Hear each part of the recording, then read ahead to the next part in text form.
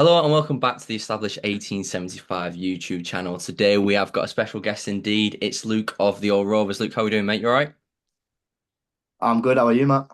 Yeah, I'm good, mate. I'm good, mate. It's good to have you back on here, especially with, at the end of the day, it's your YouTube channel too. This is our thing, and it's nice to get you back involved with it all. And today we're going to be talking about the preview when it comes to the QPR game. Um, yeah, I think the first thing we can do is look at that Preston game. I know there's been a lot of talk about the Owen Beck situation from it all, and of course there's going to be a lot of backlash from it when it comes to the Preston player, and also what's happened with the 3 match suspension for Owen Beck. Where's that come from? But we've got to move away from that now. We're talking performance. We're looking back at that Preston North End game. I mean, it wasn't really the most enjoyable game ever, was it? I mean, the red cards made it what it was. The X factor in that game was the red cards. But coming into this weekend against QPR, what are your thoughts on it on the back end of Preston, Luke?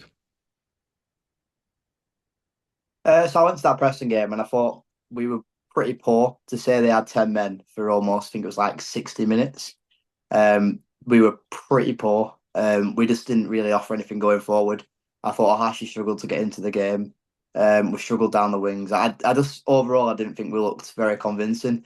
But there again, we've played against Burnley this season. We went down to 10 men and we made it incredibly hard for them. So it works both ways, swings and roundabouts. But I feel like going into this game against QPR, I feel like QPR have had quite a few draws this season, if I'm not wrong. So they'll be happy to come and get a point. But equally, I don't think we will be too disappointed with taking a point away from Preston, especially with their last 5 minute situation, because Preston were definitely on top and looked more likely to score. So Yeah, no, you're right. I think the point at the end of the day was probably fair. Like we said, we probably should have been 1-0 up at half time, but you can only take the game as it comes, and them last few minutes weren't really looking good for us. But I think one thing that I want to pick up on, which we've kind of created this little debate online, is the Ohashi Max Gueye debate. I think that we're not going to rinse it too much, but the one comparison I want to make is the difference you see in a Hashi. In that Bristol game, you see in a Hashi that has time and space in the ball, and he's absolutely brutal with it. And then you see him against a Preston side where he's not given any space, he's not given any time, and you can see the physicality. He wasn't just quite up to that. Whereas as soon as Gay came on, you could see that as soon as we were launching balls forward, then Preston defenders were shitting themselves every time because he was getting onto the end of that ball, whether they liked it or not. You look at this QPR side, Luke. What do you think? What do you think the right call is here? so it's a really difficult one in my opinion. Because obviously I've been to the Burnley, I've been to Preston, and I also went to Bristol, so I can see three different sides to Ohashi. He came on against Burnley and he was getting tackled from everywhere. He was getting some brutal tackles on him, and he withheld them, and he played really well against Bristol. He were winning headers in the air. Not as much as when he were playing against other teams earlier on in the season, but it seems like he's added that into it. He's got a bit of an aerial threat as well. Um, but there again against Preston, he just couldn't get into the game. It's like they literally spoke all week about marking him out of the game, which, to be fair play to Preston if that was their tactics, it obviously worked. But there again with Gueye, he doesn't exactly. He gives the assists, but I'm getting a bit concerned about his performances. So he's really good in the air, and he can do a nice little touch here and there. But then you see some of his touches, and they're absolutely horrendous. Like he's taking 10, 15 little touches to try and get it out of his feet, and he gets stuck. Whereas a hash is neat, he's clean. So I do feel against a physical QPR side, we probably would benefit more from Maxwell Gray in the air because we need a strong centre forward. Whereas Ohashi would probably be bullied by the QPR defence. The only thing he might have against him is a bit of speed. Yeah, and I think one thing is that at the end of the day, with Gay, you don't know what you're going to get from him as an end product when it comes to goals. I think that's the concerning factor. I've seen a lot of people saying we should play them together, and it's an interesting shout because that's prime Barclays, Blackburn Rovers right there. And you look at it, and like you I don't just, think it'd work. from what you've just said, what I pick up from it personally, and from what I've seen personally, they kind of fill each other's roles where they don't. Like whatever they don't have, the other does have. And you look at that and you think, would it work? But you don't know till you know. You don't know till you give it a go. And is QPR a game where you can risk giving that a go? Yeah. I mean, for me, I feel like you've got a point with that, but I think in terms of say we're struggling in that game, and in my personal opinion, I think Matt Gueye benefits more from starting games rather than coming on from the bench. Whereas Ahashi is actually probably a better impact player. Although he proved us wrong against Bristol, scoring those two goals and having a fantastic performance. But it's it's one of those where do you risk throwing them both in from the start, not getting any end product of both of them, they really struggle, and then not really having anybody to throw on from the bench that is an out and out attacker. Yeah, I get that because we have seen a lot from Ohashi when he comes off the bench, and yeah, of course, like you said, that Bristol game's a bit of an anomaly in it all. But Preston showed again that when he starts, he you don't seem to get the most out of him. It's almost like he feeds off the fact he wants to be involved in the game, and as soon as he gets given that chance, that's when you get the best 30 minutes out of him. And we've seen it with players before in the past, not at Blackburn, just everywhere. They're a super sub, and that's the role, and they play it well. And if that's what we need to do for this weekend to get it right, then that's what we need to do. But I think we can come and agree on that. I think Gay's got to start up front 100%. I think we Yes, need that 100%. physical presence. We need that physical presence up front against the QPR side, and we need to bully them. We need to bully. If we can bully their defense, if we can absolutely destroy their foundation of their squad, they're going to stand no chance. But moving on from it all, too, is there anybody else that you want to see featuring in this squad coming up to this weekend? Because we are spoilt for choice at the minute. I want to see. I can't say his name. Cozy Dewsbury. I want to see him. I want to Yeah, see him. Obviously we all want to see Cantwell, but I just don't think it's time yet.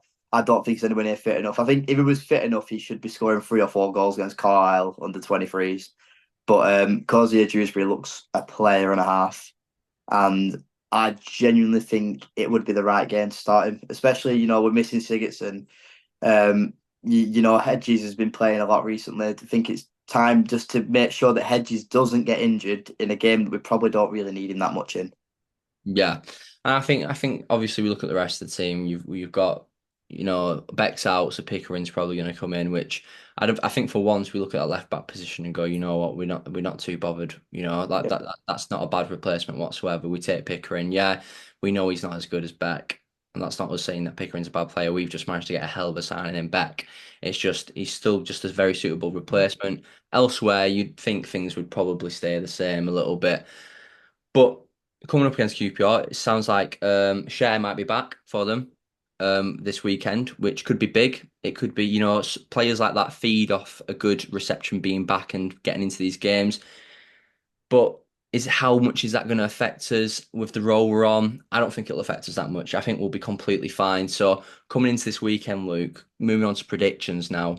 What's your thoughts on the game? How do you think it's going to go? Um, I don't know. I'll be honest. I hate the prediction thing, and if you notice on my post, I always do ask for predictions, but the only games I haven't asked for them for are Preston and Burnley because I'm incredibly superstitious. But I do feel like we have upper ground. They're definitely going to come and sit for a point, in my opinion, um, because the team not as strong as they were towards the end of last season. They've got a good player in that Dembele, um, and I do think they'll be all right from the end of the season. Yeah, and I think for me, I think maybe I'm not superstitious as you, so I'm quite happy with just saying it how it is. I think coming against this QPR side, I think ideally we should be winning. I think we should. I think comfortably at home we should be all right, really. I think we go into this game. I think if we get it right to Eustace, how it seems at the minute, if we can get it right where in a way we bully them, out bully them, don't let them bully us. I think we've got the quality to be much better than them. So for me, I think we're going to this game. I think we should be keeping a clean sheet. Do I enjoy these clean sheets at the minute? Of course I do, but does it mean Ainsley Pears gets a longer run in net? It also does mean that. And I don't mind Ainsley Pears. Obviously, it's been massive recently. And Rovers, you can tell media-wise, they've tried to push how big he is at the minute. It's always something about him at the minute, and I get that. But we've seen how inconsistent he can be. He can have a good run of 8 games, and you think to yourself, "Wow, why is this man not number one?" And then you see some of the games he has, he'll have two absolute stinkers back to back, and you think to yourself, this man needs to be dropped quickly because it's some of the big games we're really missing out on here.